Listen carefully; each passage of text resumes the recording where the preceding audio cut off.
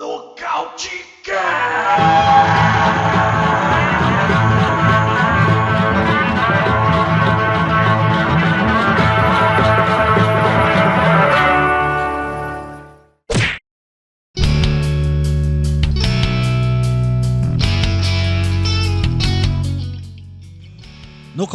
59, mais uma edição do nosso bate-papo sobre MMA feito por fãs do esporte. Eu sou Davi Carvalho e hoje a gente tem aqui resenha UFC passado e conta aqui diretamente aqui de São Paulo, junto comigo, Gabriel Sater. Fala, Gabriel, como andam as coisas, meu amigo? Empolgado aí, a gente vai ter mais uma semaninha aí pra frente sem evento, a gente pode usar um pouco desse tempo que a gente tem pra falar de novidades.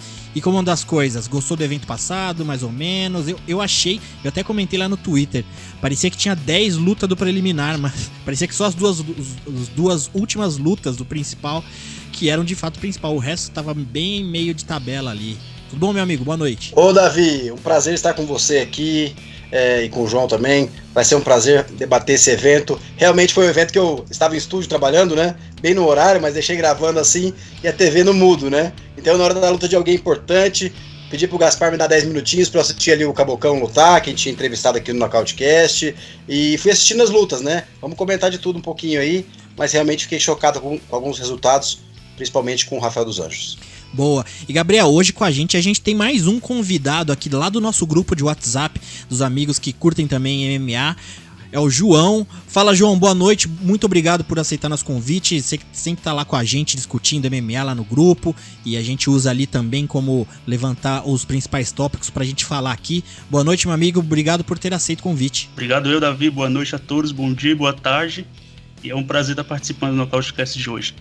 Boa, João. E, João, em primeiro lugar, eu queria saber, acho que eu nunca perguntei pra você isso, depois que você pediu pra gente colocar você lá no grupo, como que você conheceu o Nocautecast? Então, no caso, eu tava procurando algum podcast, né, não tem muitos, aí eu acabei achando o canal do Zé Augusto, o de vocês, aí comecei a acompanhar e já mandei a pedir pra adicionarem no grupo, e você adicionou, e de lá então, só debatendo MMA no grupo mesmo, e agora participando do Nocautecast.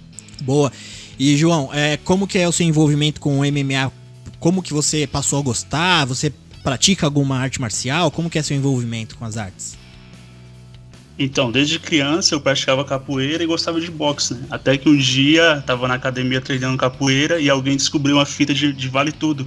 Aí desde então, e como eu era moleque, eu pensei, se o cara pode, sendo boxe já é bom, você podendo socar, imagina uma luta que você pode dar chute, derrubar, várias coisas, então foi paixão à primeira vista, desde então não parei mais de acompanhar.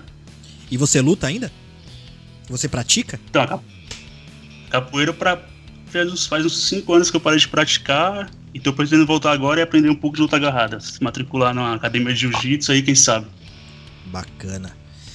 Legal. E o João também tá dando uma força pra gente lá no Instagram, né, João? O trabalho que a gente tem tá dando uma força bacana pra gente lá. Isso aí, tentar divulgar mais o Nocautecast e angariar mais fãs. Boa, e também quem estiver ouvindo aí, quiser conferir, @Nocautecast em qualquer rede social aí. Se você não achar, porque a gente não tá lá. Qualquer uma, Facebook, Instagram, Twitter, YouTube, @Nocautecast, e a gente tá por lá.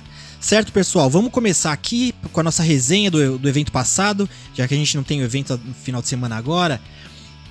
Rolou aí semana passada, dia 25, no sábado, né? O UFC Hey League, que foi Blaydes versus Dos Santos, né? E foi um evento, como a gente comentou, como eu comentei, o Gabriel também frisou, foi um evento bem mais tranquilo, assim, mais devagar. Eu achei as lutas, tirando o Rafael e Cigano, todas tinham cara de preliminar, parecia, né? Mas assim, tem alguma luta ou outra que deu pra entreter bastante, teve bastante luta empolgante também. E eu vou começar pela primeira delas, que foi uma luta que a gente comentou no evento passado. Pela categoria dos penas, Herbert Burns venceu Nate Landwehr, uma luta bem bacana. O Burns, que já participou com a gente no Nocautecast. E é aquilo, né, Gabriel? A gente tá dando sorte pra quem participa aqui, né? Mais uma vitória aí no nosso cartel. Com certeza, e o Burns pegou um adversário duríssimo, né? Um atleta que é campeão de outro evento, esqueci o evento que era mesmo, Davi. M1 Global. Mas assim, M1 Global.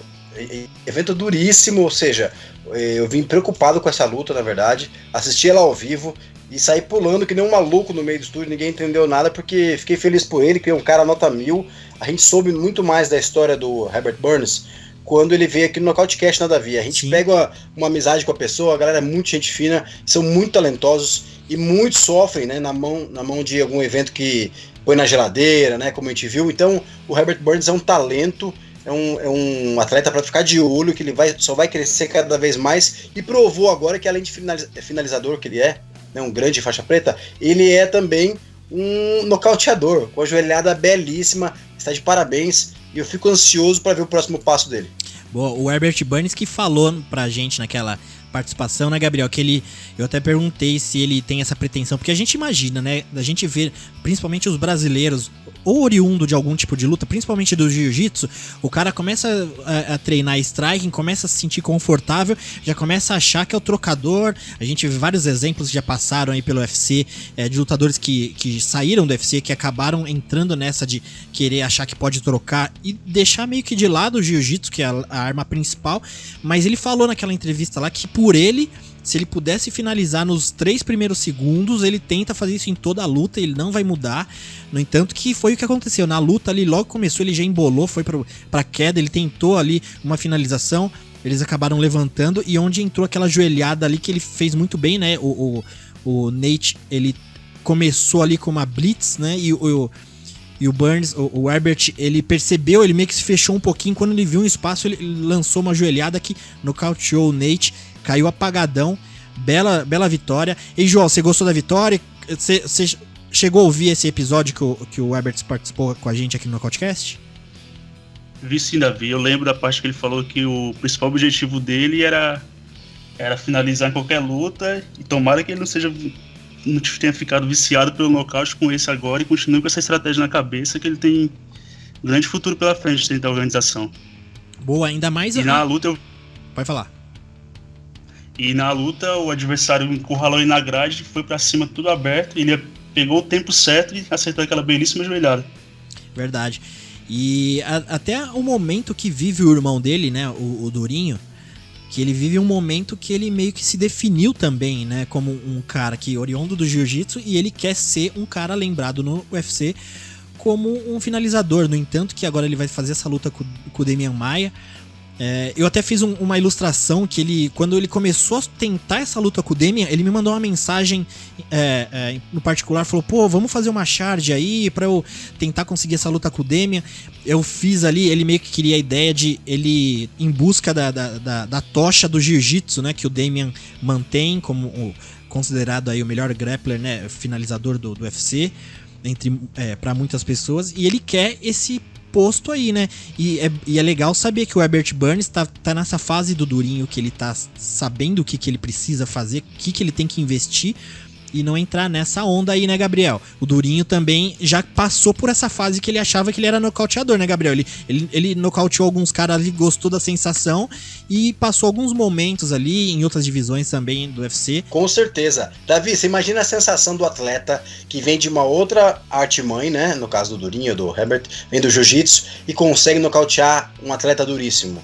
Ou seja, deve ser uma emoção, né, indescritível mesmo. Você deve pegar uma confiança diferenciada, né? A questão, como você falou, não dá para perder o foco do jogo que você tem já estruturado há muitos anos, né? Porque é uma besteira. Tem tanta gente, a própria Mackenzie Dern, uma atleta que eu vejo tem um jiu-jitsu excelente, e esse jiu-jitsu dela, aliado com o wrestling absurdo, sabe, treinar muito mais o wrestling e conseguir levar as adversárias pro chão, ela tem muita vantagem em relação a muitos atletas que vêm mais a trocação. Que nem a gente pode citar aqui, agora falando do card preliminar desse evento, Davi, a luta da Sarah McMahon contra a Lina Länsberg, que foi um passeio, um atropelo total de uma wrestler que levou a Lina, né, que é a rainha das cotoveladas, né, sueca, pro chão quando quis, e a sueca fez uma estratégia muito esquisita, porque ela vinha andando em linha reta, sabe assim, pra cima de uma wrestler. É a primeira lição que você faz como não lutar como um wrestler, entendeu?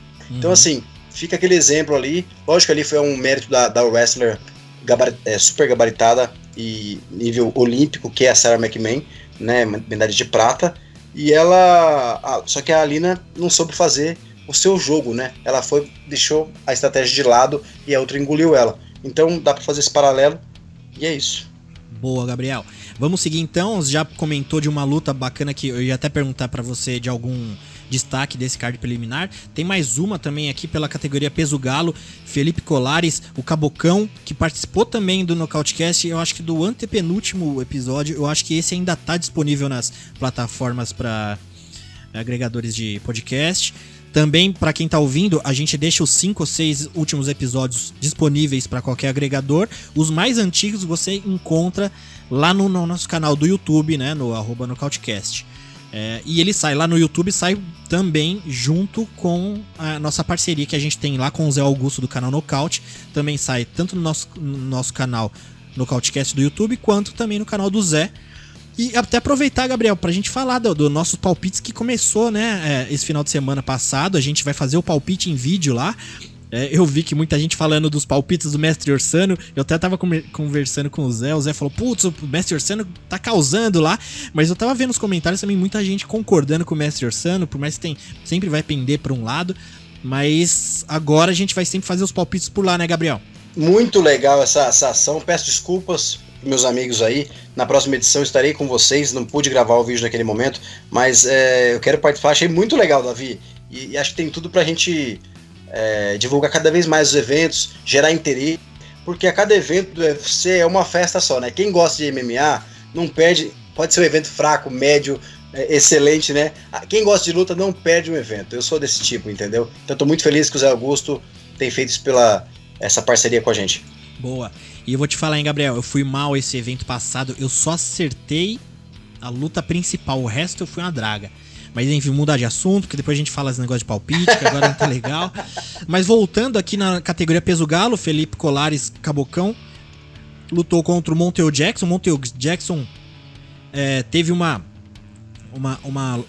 performance perfeita ali, e o Cabocão foi um cara que demonstrou muita capacidade de suportar.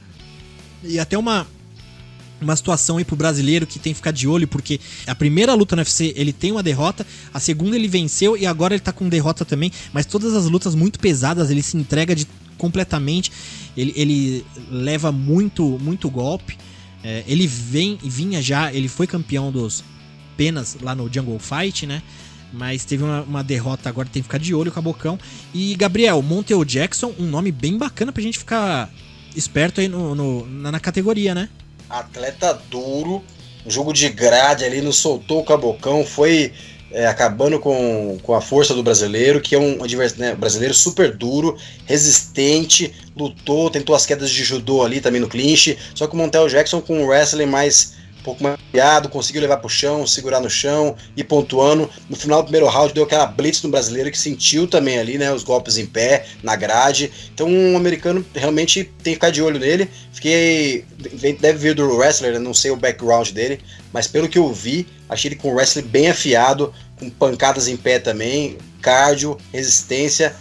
Vamos ficar de olho nele, viu? Eu gostei da vitória da Angela Hill, né? Davi, não, quero falar em cima do que você falou, né? A Angela Hill, aquele jeitinho dela, técnica pra cima, né? A Hannah Cifers, brinquei que ela é uma atleta que não tem muita expressão, né? Mas quando entra no cage, ela se realmente incorpora e vai pra cima. Só achei ela muito curtinha, né? Achei ela pequenininha, acredita nisso? Sim. Eu não sei se ela de repente seria pra uma categoria, de repente, peso átomo, né? Porque eu achei ela bem pequena em relação à Angela Hill, que tem aquele jogo em pé bem versátil, né? Gostei mesmo da vitória dela e finalizou com aquele ground and pound potente. E a Angela Hill é muito legal porque ela faz muita luta, né? Em 2019 ela fez 4 lutas, já fez uma agora em 2020. Eu acho que essa média de luta para ela é muito boa, porque ela vinha já de uma sequência inconstante e essa sequência também ajuda para ela pegar esse ritmo e quem sabe aí chegar mais lá para cima, né? Exatamente. E quanto mais ativo, tem atletas que têm que ficar na atividade, sentem melhor, né? Ficam motivados, rendem melhor. Tem gente que não gosta de ficar parado, entendeu? Reclama disso. A Cyborg era uma atleta, nós vamos falar dela daqui a pouquinho, né? Que reclamava muito de ficar parado no UFC, né?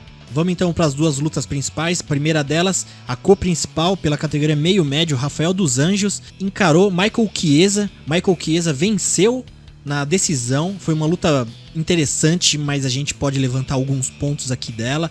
Uma luta bem pesada pro brasileiro, como a gente tinha comentado, né? Foi mais uma luta também que eu errei, mas eu acho que muita gente errou esse palpite, porque como a gente já tinha falado nos casts passados, Rafael dos Anjos tinha até então perdido para os tops da categoria ali, e curioso como ele tem essa coisa de pegar wrestler, né? E tinha perdido para muitos wrestlers tops. Michael Chiesa, ele não era ranqueado ainda. Porém, eu tava dando uma olhada até nas lutas do Michael Chiesa. Ele lutou uma vez em 2019, uma média muito baixa, né, pra alguém que queria ser como todo lutador quer, ser ranqueado. Eu acho que essa baixa média dele, ele teve aquele incidente também naquela época que o McGregor ia lutar com o Khabib, que ele também se machucou com vidro lá junto com alguns lutadores. Então, assim, meio que juntou muita coisa. Eu acho que ele ficou pouco tempo, lutou pouco, né, no UFC, então ele ficou meio desaparecido ali. E no entanto que não era ranqueado, e acabou embolando o jogo ali pro Rafael. Você via que do segundo round, do meio do segundo round pra frente, já tava desesperado, por mais que no segundo round ele conseguiu ali ainda encontrar e pode ser até que ele tenha ganho um round ali, mas foi uma luta bem pesada, né, Gabriel? Bem complicado pro Rafael agora, né? Complicada a situação do brasileiro, que é um grande atleta, não escolhe luta. Dana White liga pra ele aceita as lutas, né? Ele aceitou aquela luta depois que ele ganhou do Kevin Lee, tava tirando férias com o filho dele. Dana White ligou pra ele pegar uma luta contra o Leon Edwards, que é uma pedreira, cara enorme pra categoria, né? Que tá aí no top 5, pronto pra bater o Woodley, pra ganhar uma chance pelo cinturão. Então, assim, ele não escolhe adversário, vai pra cima de todo mundo, encarou os maiores já, né? Encarou o campeão Usman, encarou o Colby Covington pelo título interino aquela vez, né? Valia o interino, não valia? E encarou... Só faltou o quê? Faltou o Masvidal e o Woodley, que ele não encarou. E o Demian, né? Desculpa. E nem o Thompson, ou seja, estou olhando o ranking aqui. Realmente, ele enfrentou muita gente do mais alto nível da categoria, como se colocou. Wrestlers que desgastam muito o adversário. O Covington quase arrancou a orelha do Rafael naquela luta. Então, assim, falando dessa luta agora, né? O segundo round dá pra gente dar pro Rafael, sim, mas sabe o que eu achei, Davi? Que o Rafael dos Anjos, cara, tá na categoria errada, mas ele não consegue baixar pra 70 quilos, entendeu? Porque fisicamente, cara, o Chiesa, que era um peso leve, ele com 77 quilos, ele tá gigante, meu, ele tá muito grande, entendeu? Então aquele jogo de isometria, né, ele com o chão também afiado, tava super versátil no chão, cheio de movimentações, de inversões. Ele conseguiu, né, anular um faixa preta como o Rafael, pegar as costas, que é a posição favorita do Chiesa, porque tinha muita força. Sim. O brasileiro parecia pequeno perto dele. Você não achou isso? Parecia não, ele tava minúsculo, parecia que eram duas categorias de diferença, né? Então, até parece um peso médio mesmo que Chiesa, né? Alguém falou alguma coisa sobre isso, né? Eu achei ele muito grande, cara. E assim, aí você vê, num esporte tão, né, onde o detalhe faz a diferença, deu muita diferença ali naquela luta, entendeu? Sim. Então ficou complicado, não que o Rafael não esteja apto para encarar o Demian, encarar o próprio Masvidal, o Stephen Thompson, Nate Diaz, que ele já bateu, mas né, o Rob Lawler, que ele já bateu também. A questão o top 5 dessa categoria é muito complicada para ele, entendeu? E ele baixar agora desgasta muito ele, que ele falou que tem momentos em off que ele pesa 90 quilos. Então, assim, tinha que ter a categoria que a gente sempre falou aqui, super leve, 74 quilos, entendeu? Para vários atletas conseguirem realmente bater esse outro peso, sentirem melhor e terem uma chance de vida longa, né? Eu fico preocupado pelo Rafael, porque, se não me engano, é a 4ª derrota em 5 lutas, né, Davi? Bateu só o Kevin Lee. E eu acho que é exatamente esse ponto, Gabriel. A gente nota quantos lutadores têm dificuldade quando ele tá meio permeando entre essas duas categorias, que é o caso do Rafael, porque dos leves 70 e pros meio médio 77 são 7 quilos de diferença, tendo essa super leve que chama, que você falou, Gabriel? Isso. Que é super leve 73.8 ou 74, né, alguma coisa assim? Eu chutaria isso aí também, média, né? Fica aí nessa margem. Né? E João, você que praticou, né, luta, como você falou, capoeira e boxe, e é notável, né, no esporte, no entanto que a gente tem a divisão de classe, né, de peso, um cara que tem dificuldade de bater 70 quilos, e quando ele sobe para uma categoria onde o limite é 77, mas tem caras muito grandes, é bem complicado, né, João? Bastante complicado mesmo, e dava pra ver que quando a luta ia pro solo, o Chiesa manejava muito facilmente o Rafael. Os momentos de clinch ele virava posição, trocava muito fácil. E na minha opinião, o Rafael ele era leve, mas ele tem porte de peso galo, altura de peso galo. Peso Sim. galo, peso pena. Se você pegar os caras que já foram campeão do peso galo, por exemplo, é 1,70 m, Dominic Cruz, Cody Garbrandt. De Lachotte 1,67 m, então o Rafael, se ele insistir e ficar no peso meio médio, ele não vai ser competitivo. Exatamente. Pode ganhar, pode acabar ganhando um desranqueado, um top 15, top 10 por aí, mas fora isso, não vejo ele chegando muito longe mais não. E foi a situação, né? Perdeu pra um cara nem ranqueado. Mas então, assim, eu acho que o UFC, o Dana White já deu várias entrevistas falando que não quer criar essa categoria intermediária. Mas se a gente for pensar, Gabriel e João, a gente pode notar aí que a gente tem tido muito problema, assim, lutador nesse meio do caminho aí, principalmente depois da era usada, né? E não tô falando nem questão que com relação a usar coisas que vai melhorar a performance do lutador, mas assim, antes tinham artifícios do cara até se manter melhor durante o corte de peso, diminuir a quantidade de lesão. Então assim, quando teve, depois da era usada pra cá, eles cortaram tanta coisa que até essas ajudas pro cara conseguir performar melhor numa categoria onde tem que perder muito peso, ele já não consegue tanto. Eu vi aquela entrevista do Rafael dos Anjos para aquele canal do Verdun, que ele falou que quando ele batia 70 quilos, qualquer coisa que encostava no abdômen dele doía, porque ele ficava puro, praticamente a gordura também serve de proteção para as partes internas do corpo, além do músculo, então ficava tudo mais exposto.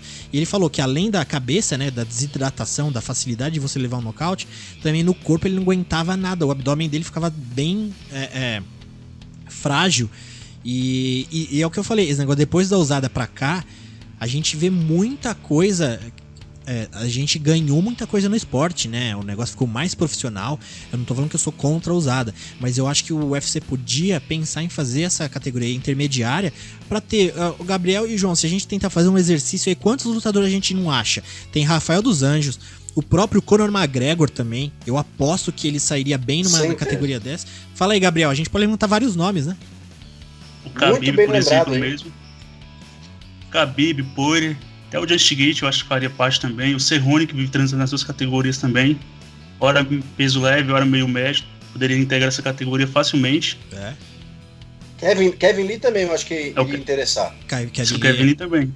Já pediu, né, sobre essa nova categoria. E como você falou bem, pro McGregor ia ser ótimo. Por quê? Por mais que ele queira a revanche com o Khabib e tal, a gente sabe que luta é luta, tudo pode acontecer. Mas a gente sabe que as chances do McGregor numa revanche contra o Khabib, né, falando esportivamente, né, são bem complicadas as chances dele. Sim, então, mas assim, Vidal também seria maravilhoso pra categoria, né, pra ele poder ser campeão, pro UFC seria maravilhoso. Então assim, eu não entendo essa resistência. Eu acho que quem é fã, quem gosta... Você não gostaria, Davi? Você falou que gosta, o João falou que sim. Todo mundo que a gente já conversou, André G gosta, né, dessa possibilidade. Então assim, eu não entendo a resistência dele. Ele fala, vão ter muitas categorias, as pessoas vão perder o interesse. Muito pelo contrário, quem gosta, o esporte está crescendo, a empresa está no melhor ano que já esteve, né, em sua de trabalho, história, de business, né? A gente pode pensar, 2019. Ou seja, por que não, né? No passado, o Dana White também não queria as categorias femininas. E apareceu a Ronda House. Então, vamos rezar para ele abrir essa cabeça e deixar mais uma categoria. Porque até outras categorias, a gente vê do 83 pro 93 também, são 10 quilos de diferença. Né? Do médio pro meio pesado, entendeu? Então, assim, eu acho que seria interessante. Mas vamos esperar para ver. Ele podia pegar essa luta que eles estão pretendendo fazer, Conor versus Masvidal, podia já estrear essa categoria, né, Gabriel? Você disputa cinturão já. Muito bem falado, mas Vidal já lutou nos 70 quilos também, né? Não rendia tão bem, perdeu em decisões divididas várias vezes. E fica pequeno no 77 ele se encontrou. Então. E no 77 ele fica perfeito, entendeu? Então, quer dizer, 7,4, 3 quilinhos ele consegue cortar isso na semana da luta.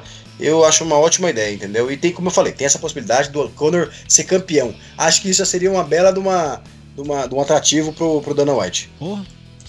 Bom, vamos lá então, pessoal, pela luta principal da noite, categoria peso pesado. Curtis Blaydes nocauteou em pé Júnior Cigano, uma luta que ninguém surpreendeu muita gente, não pelo fato do Blaydes vencer, porque pelo que eu notei na semana da luta ali, muita gente estava vendo o Blaydes como favorito, no entanto que ele entrou ali, né, com as luvas vermelhas que representa o favorito da noite, e o azul é o azarão, né? Mas a gente não esperava que ele ia vencer o Cigano na trocação, mas foi aquilo. Não que ele foi melhor na trocação que o Cigano, mas ele usou de um artifício ali que a luta, o Cigano, a luta toda ele tava naquele estilo que a gente, ele historicamente, o Cigano já tem aquela guarda mais baixa e contra o Blades ele tava com a guarda mais baixa ainda, ele quase com a mão abaixada para tentar defender as quedas. E numa dessa o Blades simplesmente aproveitou da situação, deu uma malandragem ali, fingia, ele fazia muitas fintas que ia entrar nas pernas. Ele chegou a entrar nas pernas várias vezes, o Cigano conseguiu defender todas as quedas, mas mesmo assim ele usou como artifício a finta. João, você foi de... Qual foi seu palpite antes dessa luta? Achei que seria o Blades, mas vi agora o Empowered com cotoveladas na cara do Cigano. Pois é, né? Eu achei que seria nocauteado em pé o Cigano. Ficou surpreso? E fiquei interessante observar também que no golpe aquele golpe que o Blades acerta, o Cigano já vira de lado, ele abaixa a cabeça, fecha a guarda, fica esperando o Blades acabar com a luta praticamente. Ele não esboçou nem a reação, não tentou evadir pro lado, nada. Parece que quando o golpe entra, ele... Não acho não é intencional, acho que é do subconsciente, depois das suas que ele já levou. É o corpo tipo se protegendo, porque contra o Ngannou a mesma coisa, ele virou de costa pro Ngannou.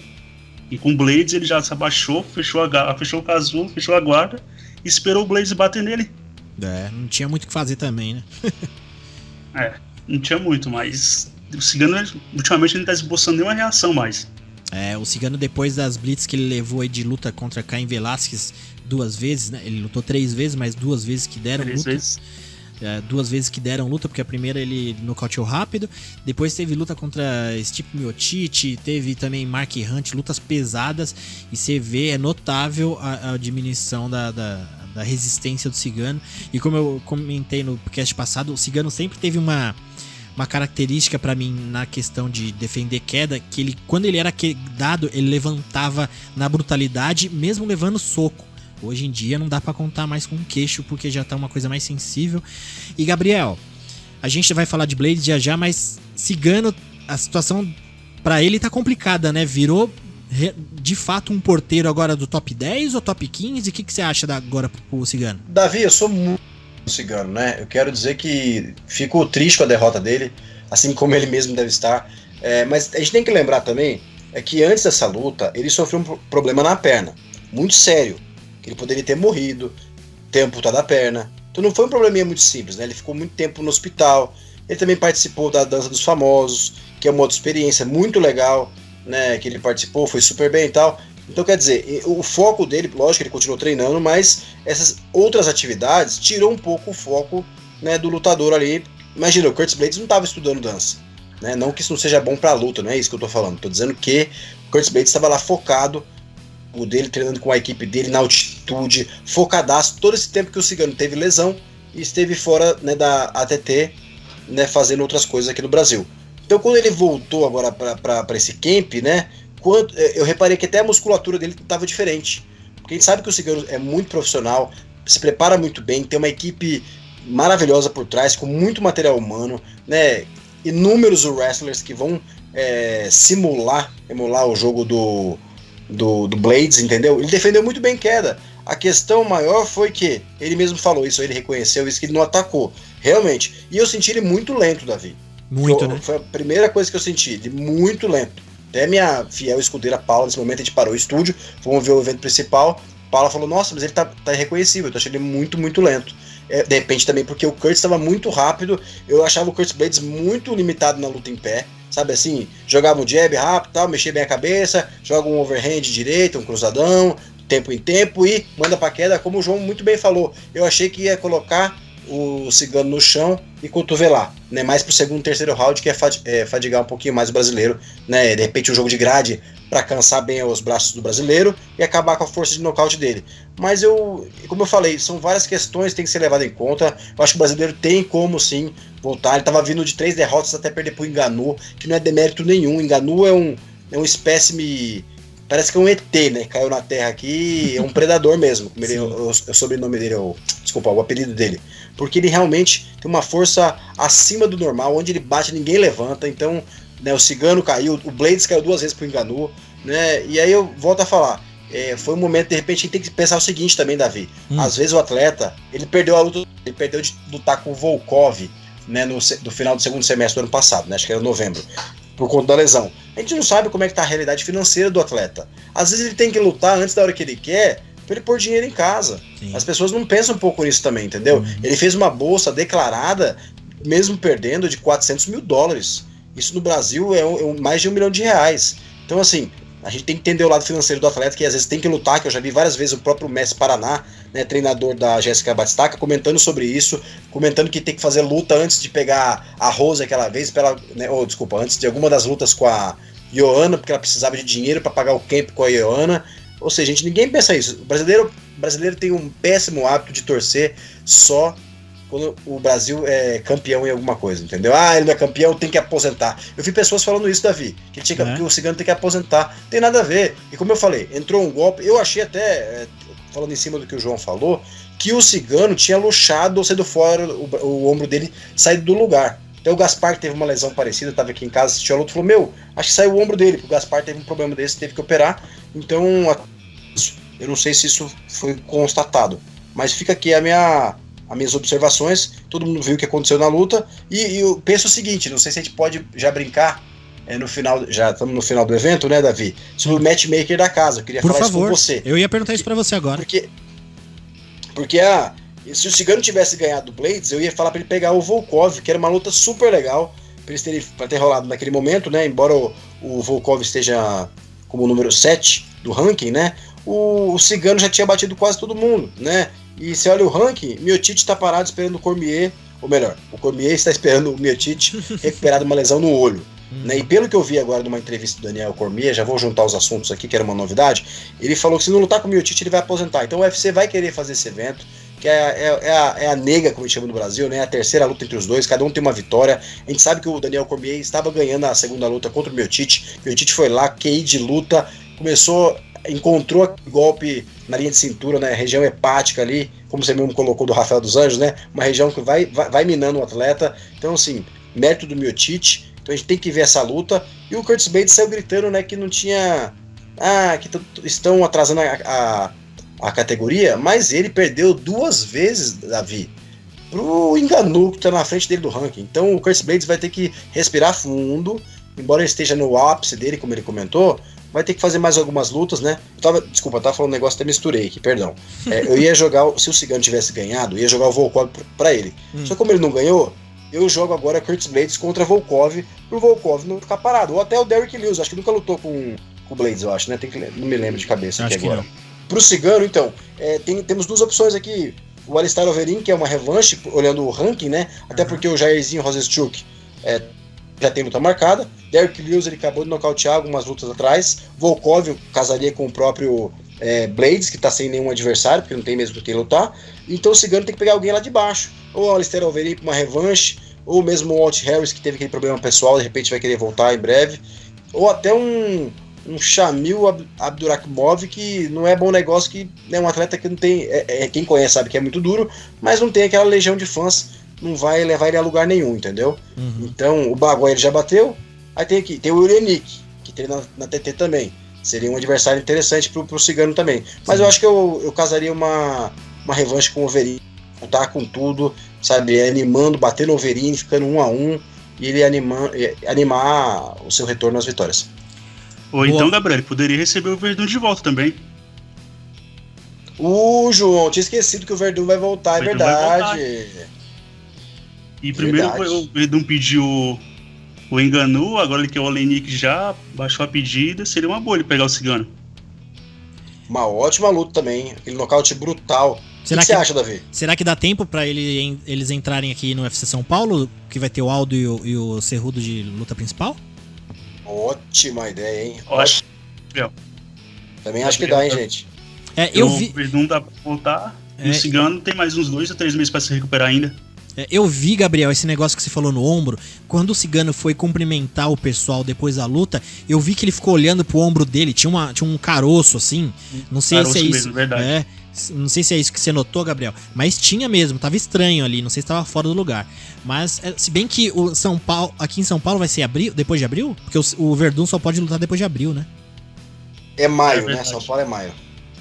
São Paulo é maio? Ah, então dá. Maio, parece que é maio. Ó, É evento numerado, né, gente? Que vai ser o Cerrudo contra o Aldo, né? sim, numerado, pay-per-view aqui em São Paulo. E por isso que até o Daniel Cormier falou que ele acha que vai ser a luta dele com o Miocic vai ser em junho, porque já tem essas lutas casadas, né? Uhum. E tem que ser um evento numerado. Então, junho ou julho. O UFC ainda pode, de repente, se querer esperar. Junho tem muito tempo, né? Mas julho a gente sabe que é aquela semana internacional de luta, então também sempre tem um evento especial guardado para essa data. Boa, Fight pessoal. Week. Isso, a Fight Week. Boa, pessoal. Vamos dar sequência então aqui. Esse foi o UFC.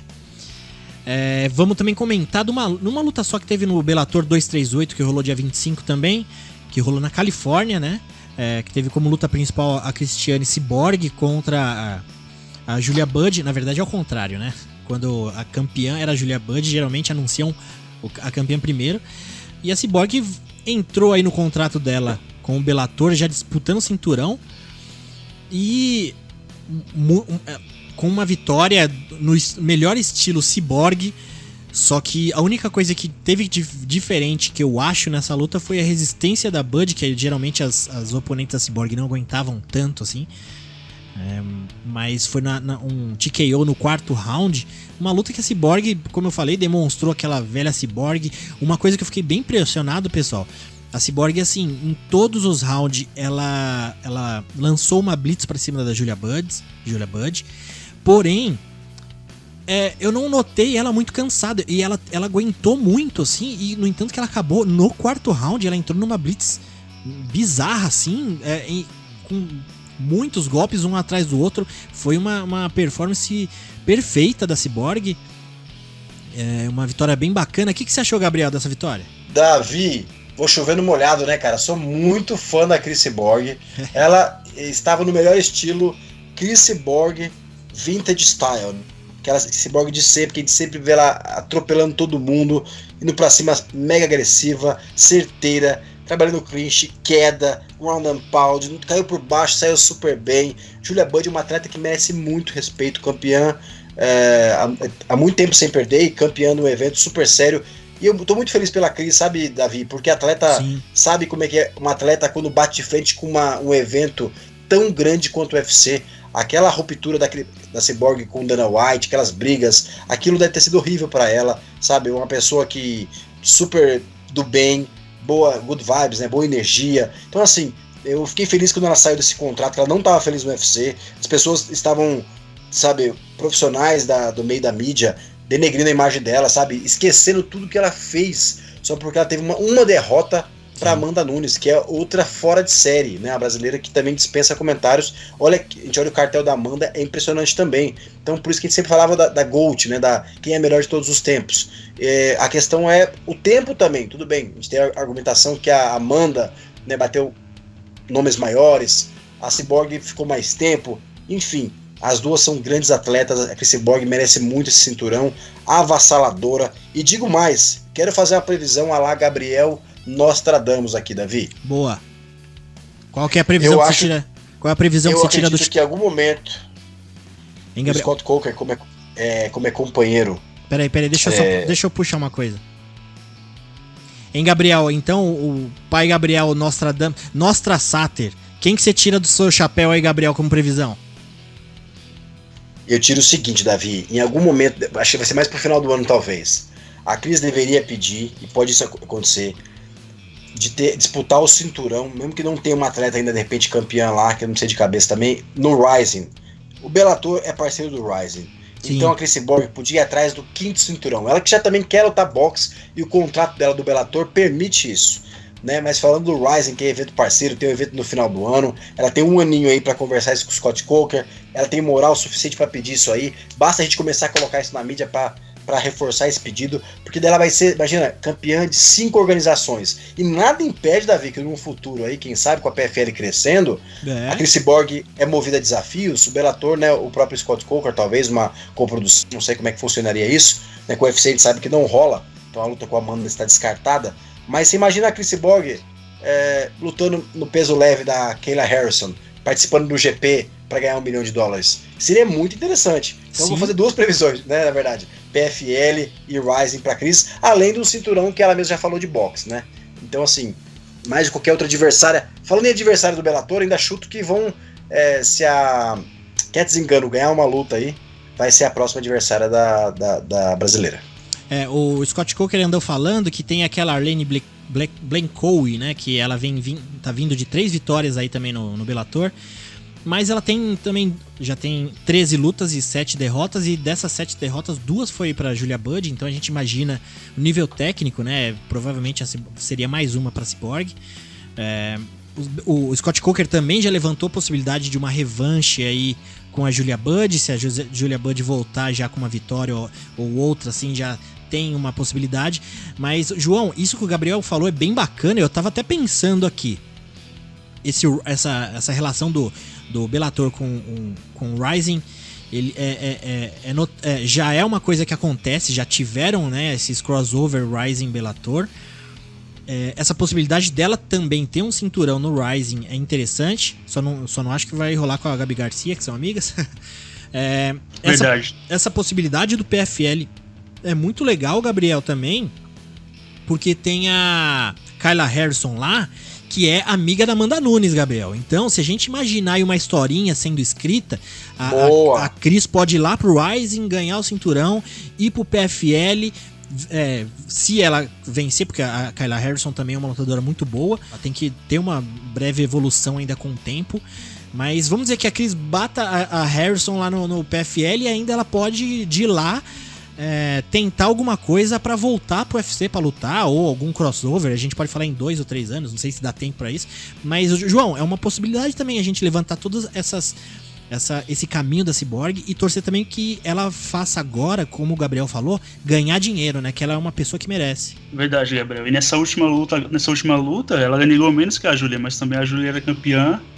Uhum. Mas no caso, você falou dela no Rise, eu acho muito provável ela estar no fim do ano lá no Rise, que nem o Scott Coker mandou o Rampage, pode muito bem mandar ela e ela angariar mais o cinturão por lá. Exato. E eu acho também que a Cyborg vai reinar muito tempo nessa categoria. Porque a Julia Budd já estava em cima das demais, estava varrendo a categoria, a Cyborg chegou e triturou ela. E eu achei que a Budd ia ser nocauteada no segundo round ainda, mas ela aguentou bastante pancada. Isso é louco. E na minha opinião, a Cyborg teve horas que ela foi acelerando no decorrer dos rounds. No 4º round ela aplicou aquela blitz e deu pra Budd. Exatamente. Ela tava muito bem condicionada. Cyborg é uma baita lutadora, né? E é isso, né, Gabriel? Ela merece agora ganhar tudo que ela já buscou, né? Já correu atrás. E o João levantou um ponto muito importante. Eu tava reparando, porque na época do UFC, eu lembro que ficou bem claro pra mim, em bolsa declarada, em evento numerado, ela recebia $500 mil. Né? Contra a Kunitskaya, contra aquela luta com a Holly Holm, se eu não estou enganado. E aí, ela nessa luta ela ganhou $250 mil em bolsa declarada, né? A gente não sabe como é que era o acerto dela né, de patrocinadores, porque o Bellator permite que o atleta tenha patrocinadores. E a gente sabe que tem casos que o atleta ganha muito mais do que a própria bolsa. Então, mas aí é aquela velha definição, né, Davi? Muitas vezes não é só o dinheiro que faz a pessoa feliz, né? E ela tá muito feliz de trabalhar com o Scott Coker, que é um promotor de lutas também que merece o respeito, né? Ele veio de vários outros eventos, do próprio Strike Force, é um cara muito respeitado, os atletas elogiam muito ele porque ele tem essa boa conduta, trata muito bem os atletas, valoriza todo mundo, né? Não que o Dana não faça isso, mas o Dana tem o jeitão dele, também é excelente no que faz, tanto que é considerado o número 1, né? O promotor de lutas número 1 do mundo, mas ele não soube cuidar da Cyborg de uma maneira mais cuidadosa, né? Eu teria tratado a Cyborg muito diferente. Os últimos 5 episódios do Nocautecast são disponibilizados em agregadores de podcast para todas as plataformas, Android, Apple, e também temos a nossa playlist no Spotify. Agora, se você quer conferir um episódio mais antigo ou até maratonar todos os episódios, em nosso canal no YouTube tem desde o primeiro. E se você é um Nocautecaster mesmo, eu aposto que já nos segue no Nocautecast no Instagram. Por lá colocamos as principais notícias do mundo do MMA.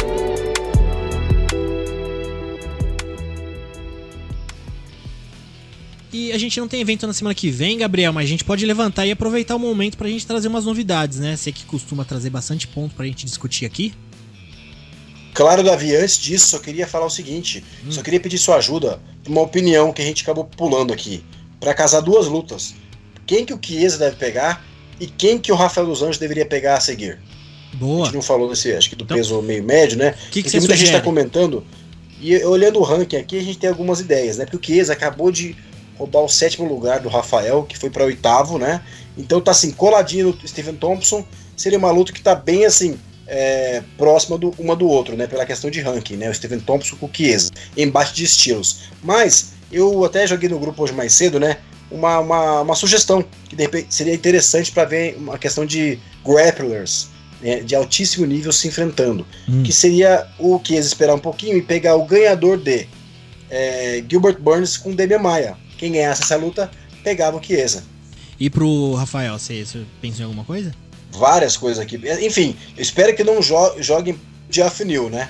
Tava pensando isso. Não joga o Geoff Neal pra ele, né? Poderia colocar o Nate Diaz pra ele uma revanche aí, no 7-7, entendeu? Boa. O Pettis também, não sei se vai ficar no 70, né? O que você acha, João?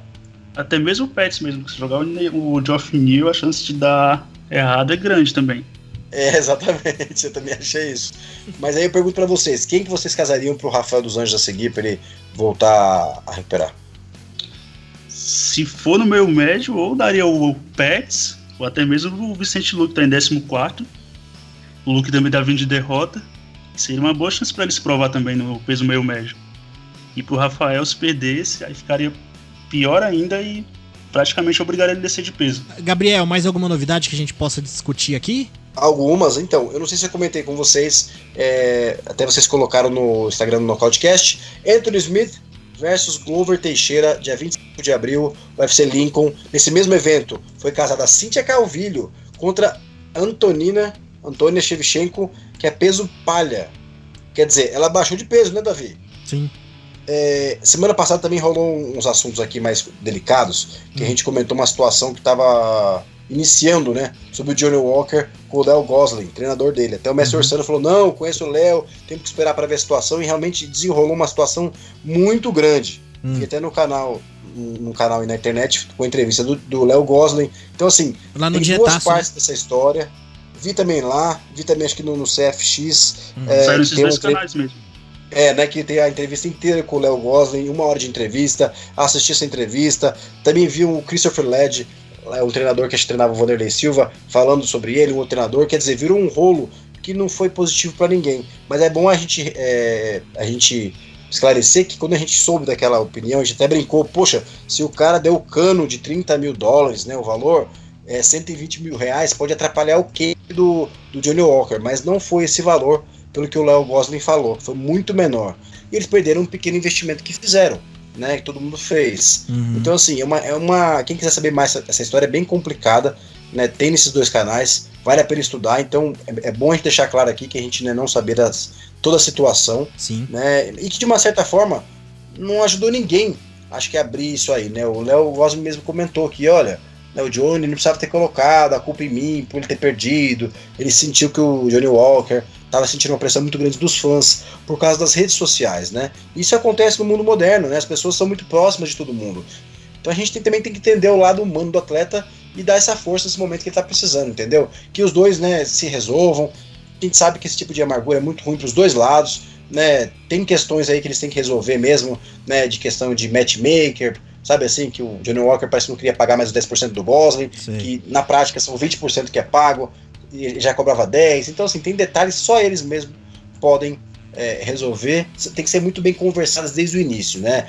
Contrato nunca é demais, conversar nunca é demais, e nunca expor a intimidade, né? Então assim, só falar porque a gente comentou sobre esse assunto, queria deixar claro, né, que eu ouvi nem vou entrar muito a fundo nesse assunto, mas é bom a gente pontuar para não ficar como se a gente tivesse dito alguma coisa sem saber o lado do Léo Gosling, né, que parece totalmente correto com o Johnny Walker, né? Boa. Eu acho que é interessante sim essas trocas de academia, quando a coisa é feita certinha, né, com pessoas de caráter. Não tô falando que a pessoa não seja, mas o que não vale a pena é essas coisas que respingam, sobram pra quem acompanha os caras ficar sabendo. Vale a pena você conhecer outros treinadores e academias, mas o que não tem que ser da forma mais branda, mais tranquila possível, né? E você falou, né, Gabriel? Quem quiser mais saber sobre esses assuntos, tá rolando bastante entrevista com os envolvidos, tanto no CFX e no Diretaço, né? Isso, o CFX fez uma entrevista bem completa, todos os lados. Boa, pessoal. Mais alguma coisa que a gente pode levantar aqui, Gabriel? Só de lutas que tiveram algumas mudanças, né? Amanda Ribas que estava marcada para pegar a Paige VanZant. Paige VanZant, para variar, se lesionou, coitada. Né? Então a Randa Marcos assume o lugar pro dia 14 de março em Brasília acontecer essa luta, torcendo pela Amanda Ribas. Inclusive temos que chamar a Amanda Ribas aqui para entrevistar ela no Nocautecast, hein, Davi? Boa, isso mesmo. Eu vou ver se E a Mackenzie Dern, né? Também, né? Fala, desculpa, pode ser bilíngue. Que você falou da... Pode ser uma participação bilíngue da Mackenzie Dern. A Mackenzie Dern, que por sinal vocês postaram, né, no Instagram, o João postou aí. Mackenzie Dern contra Ariane Sorriso, correto? Isso, luta boa também. Curiosa, eu quero ver. A Sorriso, ela fez a estreia no UFC, não foi muito bem, ela pegou em cima da hora, mas ela é uma menina bem promissora aí, ela tem muita força, ela é bem troncuda, assim, bem forte, né? E vamos ver o que rola aí. Mais alguma luta, Gabriel? Que a gente só lembrando que essa luta também é no UFC do dia 25 de abril em Lincoln, Nebraska. E aquilo que eu comentei, o Daniel Cormier tá louco pra voltar a lutar, mas disse que se não lutar contra o Miocic, ele vai realmente aposentar. Tomara que aconteça essa luta, né? Boa. Bom, pessoal, isso aí, a gente não vai fazer a coluna do André G essa semana, porque por mais que não tenha UFC no final de semana, os eventos, é curioso quando eles, eu não sei se é uma questão de logística, de locação de lugar, mas eles poderiam aproveitar esses finais de semana para fazer evento regional, né, pra gente poder ir em loco. A semana passada, no mesmo dia do Cigano e versus Blades, tiveram alguns eventos até, inclusive aqui em São Paulo, e o próximo final de semana aqui, pelo que eu tava vendo por cima, não vai ter muito evento no Brasil, né, vai ter bastante evento regional de outros países, para quem quiser ficar... dar uma garimpada em link, mas no Brasil o único que eu notei que vai ter um Jungle Fight 101, mas é isso aí, pessoal. João, queria agradecer a participação, muito boa, continue com a gente também lá no grupo também, e muito obrigado, meu amigo. Obrigado, Davi, pelo convite, e sempre que precisar estaremos aqui. Valeu. E Gabriel Sater, mais um episódio aí, até a próxima então, boa noite, meu amigo. Obrigado, meu amigão. Se cuida aí. E desculpe, meus amigos, se eu falei em algum momento demais, fui prolixo, me perdoem aí, viu? Mas é um prazer demais falar com vocês e eu fico animadíssimo pra falar de MMA. Boa, Gabriel. A nossa função aqui é falar, então vamos falar pra caramba. Valeu, meu amigo. Um abraço. Quanto mais, melhor. Valeu. Abração, João. Abração.